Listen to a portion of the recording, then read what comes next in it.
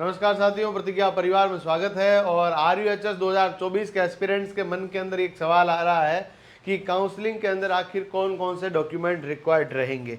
पहली बात तो जिनके अच्छे नंबर्स आए हैं उनको बहुत सारी बधाइयाँ, और जिनके नंबर कम आए हैं बिल्कुल भी तनिक न घबराना, क्योंकि दुनिया के अंदर आपके लिए इससे भी कोई बेहतर चीज़ लिखी हुई है। हो सकता है अगले वर्ष आप लोग टॉप की गवर्नमेंट कॉलेज में चले जाओ। बस अपने अंदर हिम्मत को बरकरार रखना और अपने चेहरे की मुस्कुराहट को बनाए रखना, आपकी जीत निश्चित है। हारा वही है जो लड़ा नहीं है। यदि आप लोग वापस इतनी पूरी ऊर्जा के साथ इसके लिए मेहनत करोगे तो वो दिन दूर नहीं है जब आप लोग भी 85 नंबर 82 नंबर लेकर आओगे। ऐसे बहुत सारे हमारे विद्यार्थी है, पूर्व विद्यार्थी है, जिनके अच्छे नंबर एक बार में नहीं आए, पर दूसरी बार उन्होंने वापस अपनी पूरी ऊर्जा को समेकित रखकर अपने लक्ष्य के प्रति उसको लगाया, और अल्टीमेटली आज वर्तमान के अंदर कोई SMS में, कहीं SN के अंदर अलग अलग टॉप गवर्नमेंट कॉलेजेस के अंदर पढ़ने का उनको मौका मिल रहा है। तो अपन लोगों को सबसे पहली बात तो कि है ना, आप लोगों को ऐसा कोई टेंशन लेने की ज़रूरत नहीं है। आप लोग हमेशा थोड़ा सा धैर्यशील रहें। और अब हम लोग बात कर लेते हैं काउंसलिंग के डॉक्यूमेंट्स के लिए। काउंसलिंग के डॉक्यूमेंट के लिए बात करूं उससे पहले इस चैनल को सब्सक्राइब कर लेना साथियों।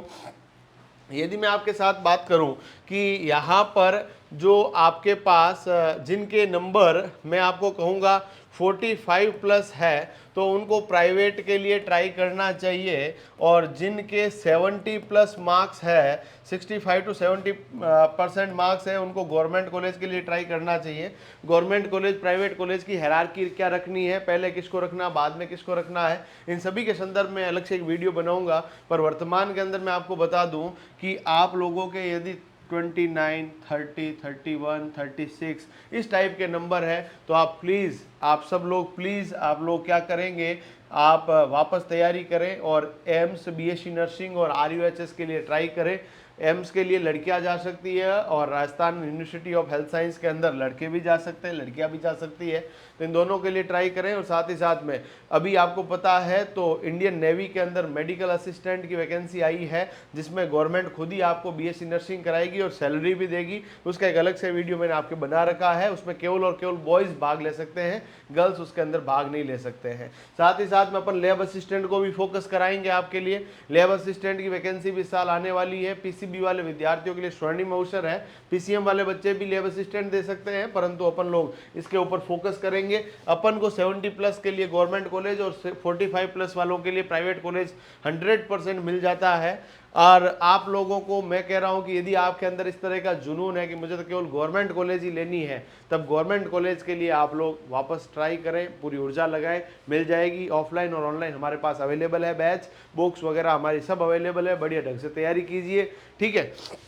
अब मैं आपको बता देता हूं कि आखिर काउंसलिंग के अंदर कौन कौन से डॉक्यूमेंट रिक्वायर्ड रहेंगे। देखिएगा, आप सब लोगों को मैं बता दूं कि काउंसलिंग अगले 5-7 दिनों के अंदर शुरू हो सकती है, और काउंसलिंग शुरू होने से पहले अपने सभी रिक्वायर्ड जो डॉक्यूमेंट्स है वो सभी अपने पास रहे, ताकि अपन के काउंसलिंग के समय किसी भी प्रकार की दुविधा, किसी भी प्रकार की परेशानी ना रहे। तो सबसे पहले तो आपके पास जो एप्लीकेशन फॉर्म था उसका प्रिंट आउट रहना चाहिए। साथ ही साथ में देखिए 2 कॉपी उसकी होनी चाहिए, और साथ ही साथ में आपका एडमिट कार्ड होना चाहिए। मैं ये भी बता देता हूँ आपके साथ में क्या होना चाहिए, एडमिट कार्ड, उसका प्रिंट नहीं है तो निकलवा लेना, ठीक है। इसके अलावा आपने जो पेमेंट किया है उसका पेमेंट का प्रूफ जो है वो होना चाहिए। इसके अलावा आपके पास date of birth certificate, date of birth basically 10th की मार्कशीट है, 10th का सर्टिफिकेट है, वो जो है आपका डेट ऑफ बर्थ सर्टिफिकेट के रूप में मान्य है, अलग से आपको बनाने की आवश्यकता नहीं है। आपके पास 10th की मार्कशीट है, 12th की मार्कशीट है, that is date of birth certificate also. तो 10th की मार्कशीट और 10th की सर्टिफिकेट, अब आजकल मार्कशीट और सर्टिफिकेट सब साथ में आते हैं, तो ये आपको थोड़ा सा ध्यान रखना है। अगला जो है 10+2 की मार्कशीट और सर्टिफिकेट। यदि आपके पास 10+2 हो रखी है, ऑब्वियसली बात सबने हो ही रखी होगी, तो इनकी सबकी मार्कशीट आपके पास ओरिजिनल कॉपी होनी चाहिए।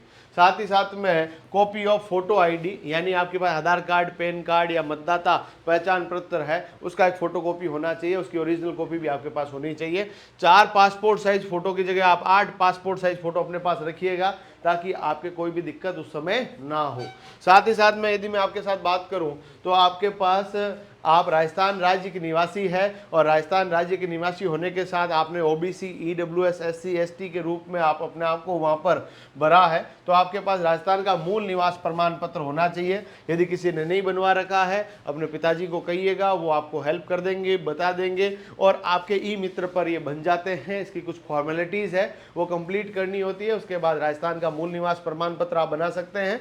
राजस्थान के मूल निवास प्रमाण पत्र के साथ साथ ही आपके पास आपका जाति प्रमाण पत्र होना चाहिए। यदि आप आरक्षण के हकदार है, यदि आपने ओबीसी नॉन क्रिमिलेयर भर रखा है, ईडब्ल्यूएस, एससी, एसटी या एसबीसी के आरक्षण कोटे को यदि आप लेना चाहते हैं तो आपके पास कास्ट सर्टिफिकेट होना चाहिए, 6 महीने पुराने से ज़्यादा नहीं होना चाहिए ईडब्ल्यूएस, और 1 साल तक बाकी वाले, इससे पुराना ज़्यादा नहीं चलेगा, ये थोड़ा सा ध्यान रख लेना है ना। इसके अलावा यदि आप लोगों ने कोई फॉर्म के अंदर फिजिकली हैंडीकैप्ड बता रखा है तो उसके लिए फिजिकल हैंडीकैप्ड सर्टिफिकेट भी होना चाहिए, ईडब्ल्यूएस वाला ऑलरेडी डिस्कस है। इसके अलावा आपके पास माइग्रेशन सर्टिफिकेट होना चाहिए, टीसी आपके पास में होनी चाहिए, ठीक है, ये भी आपको ध्यान रख लेना है। टीसी और माइग्रेशन सर्टिफिकेट भी आपके पास होने चाहिए।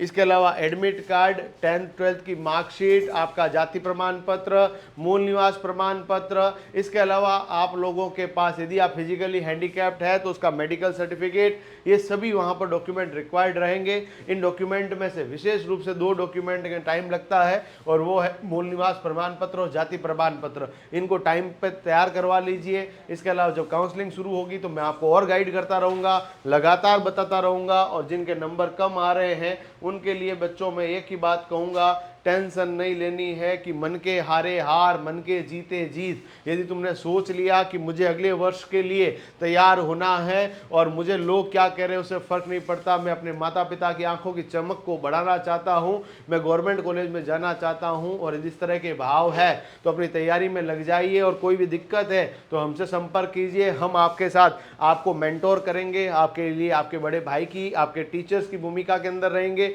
और आपको भावनात्मक रूप से हर तरीके से हम आपको मोटिवेट करके आपको लक्ष्य तक पहुंचाने के लिए आपके साथ में, आपके पथ प्रदर्शक के रूप में, आपके सारथी के रूप में लगातार बने रहेंगे। क्योंकि हम चाहते हैं हमारा हर एक बच्चे की चेहरे की मुस्कुराहट जो 24 कैरेट की है वो रहनी चाहिए, ताकि जीवन के अंदर देखिएगा असंभव शब्द केवल मूर्खों के शब्दकोश में है और कई बार कई रिजल्ट हमारे फेवर में नहीं होते हैं। ये तो अभी छोटे से एग्जाम्स है, आने वाले समय में हमें बड़ी बड़ी लड़ाइयाँ लड़नी है, बड़ी बड़ी बाधाओं के सामने टकराना है और जीवन के अंदर कुछ फ्रूटफुल प्राप्त करना है। तो संघर्ष ही जीवन है और जीवन ही संघर्ष है, तो संघर्ष करना पड़ेगा, स्ट्रगल आपको करना ही पड़ेगा, मेहनत करनी पड़ेगी, मेहनत का कोई विकल्प नहीं है।